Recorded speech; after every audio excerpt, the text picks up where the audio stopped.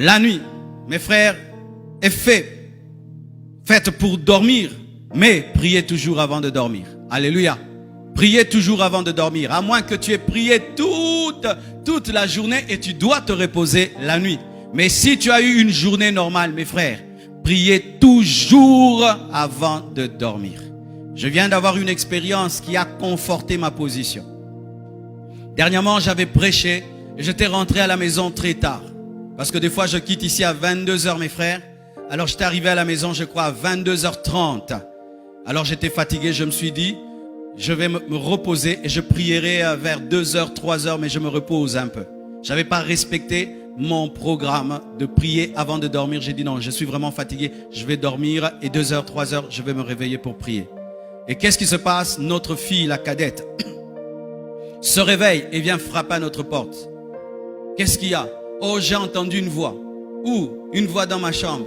Oh, qu'est-ce que la voix? Non, la voix chuchotait. Et j'ai cru que c'était ma grande sœur, mais je l'ai réveillée, c'était pas elle. Mais j'ai entendu. Et moi, je ne néglige jamais ce que mes enfants me disent. Beaucoup de parents sont tout le temps philosophes, même dans les choses spirituelles. Ton enfant est en train de vivre une vraie expérience. Toi, tu expliques tout scientifiquement. C'est les dessins animés que tu avais vus. C'est le dessin animé. Papa, prie Dieu. Peut-être c'est pas le dessin animé. Et puis quand elle me parle, je me rends compte par le Saint-Esprit qu'elle a vécu une expérience, une attaque de l'ennemi. Et puis je prie pour elle, je la rassure, je lui prêche la foi, et puis elle s'endort. Et puis quand je rentre dans ma chambre, je commence maintenant à prier pour la nuit. Et je prie, et puis je m'endors. Vous savez ce que j'ai vu? J'ai vu dans cette nuit-là que je dormais, mais je dormais dehors. J'étais comme dans un jardin, et je dormais. Et j'étais étonné. Oh, mais comment je dors? Les gens passent. Les gens passaient. C'est comme si je dormais dehors. Et puis j'ai dit non. Et puis j'ai vu, j'ai refusé ça. Et puis je suis allé maintenant dans la maison.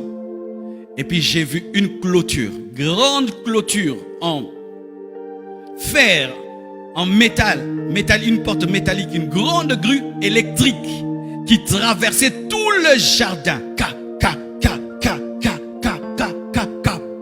Et ça bloquait. Et puis Dieu m'a dit, c'est ce qui arrive. Quand tu pries, tu scelles ta maison.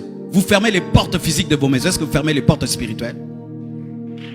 Tu es toujours, papa, celui qui dit, est-ce que tu as fermé la porte? Tu vérifies toujours les portes. Tu vérifies si c'est fermé. Est-ce que tu vérifies que les portes sont fermées spirituellement? S'il y a des voleurs physiques, il y a des voleurs spirituels.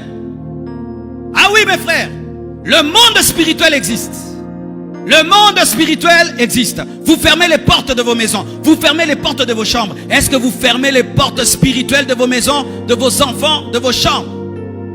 Chaque fois que je dois dormir, je scelle ma maison. Je scelle l'église de l'Imité. Je scelle toute la communauté compassion. Je scelle tous les noyaux compassion dans le monde. Je scelle le quartier. C'est ça que je fais toujours. Pourquoi? Je suis le surveillant. Je suis la sentinelle. Et ce jour-là, je me suis dit non, je me repose un peu. Et Dieu m'a montré en soi ce qui se passe quand je prie. Je ferme réellement la porte. Mais une porte tellement grande, mes frères, qui entourait toute la parcelle. Ah, je suis fatigué. Et arrêtez ces prières-là. Seigneur, tu sais que je suis fatigué. Alléluia.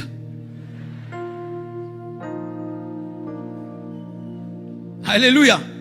Arrêtez ces choses-là de prier endormi. Non.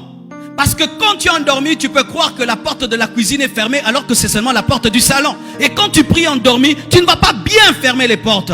Soyez sérieux, tu te tiens debout et tu dis je te consacre ma maison, je te consacre mes enfants, je te consacre cette nuit, je te consacre mon quartier, je te consacre mon église, je te consacre mes fils spirituels, je te consacre mon ministère. Scelle. Boum. Et quand Dieu ferme, personne ne peut ouvrir. Quand Dieu ferme, personne ne peut ouvrir. Regardez Jésus. Jésus priait souvent toute la nuit. Toute la nuit. La Bible dit cela. Prenez le verset. La Bible dit ceci. Dans Luc 6, verset 12. En ce temps-là, Jésus se rendit sur la montagne pour prier. Il passa toute la nuit à prier. Jésus faisait souvent des veillées. Mais toi, tu n'arrives pas même à prier 1 heure avant de t'endormir. Mais Jésus priait souvent toute la nuit.